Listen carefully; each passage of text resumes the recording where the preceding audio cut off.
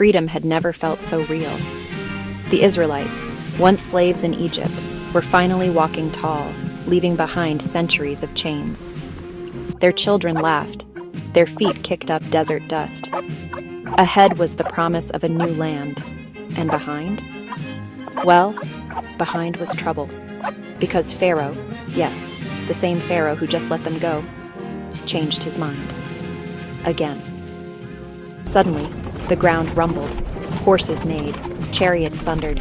Egypt's army was coming. And there, in front of the Israelites, was the vast, unmovable, impassable Red Sea.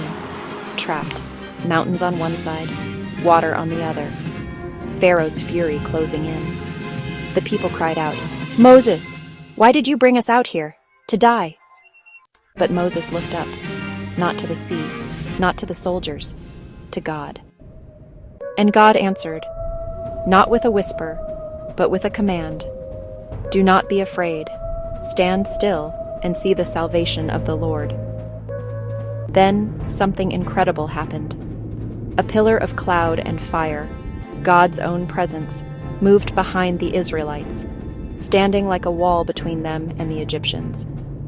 Then God said to Moses, "Lift your staff, stretch out your hand over the sea."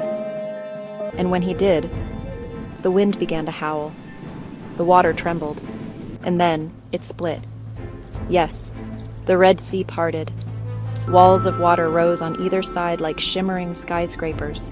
The seafloor dried beneath their feet, and a path opened where no path had ever been. So the people walked, mothers, fathers, children. Step by step, they crossed through the heart of the sea. Not in boats, not in fear, in faith. Behind them, Pharaoh's army charged in, chariots spinning, swords flashing. But when the last Israelite stepped onto dry land, God spoke again. Moses stretched out his hand, and the sea returned with a roar. Chariots crushed, horses swept away. Pharaoh's army, gone. Not one of them remained. On the far shore, the Israelites stood silent. Then a cheer rose like thunder. Tears, laughter, singing. Miriam, Moses' sister, grabbed a tambourine and danced. "The Lord has triumphed gloriously," she sang. "The horse and rider he has thrown into the sea." Sometimes life corners us.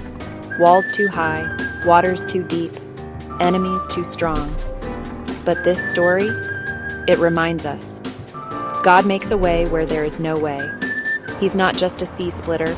He's a chain breaker, a mountain mover, a faith builder, and a deliverer. So if you feel trapped, stand still. Look up. The same God who parted the sea still parts the impossible.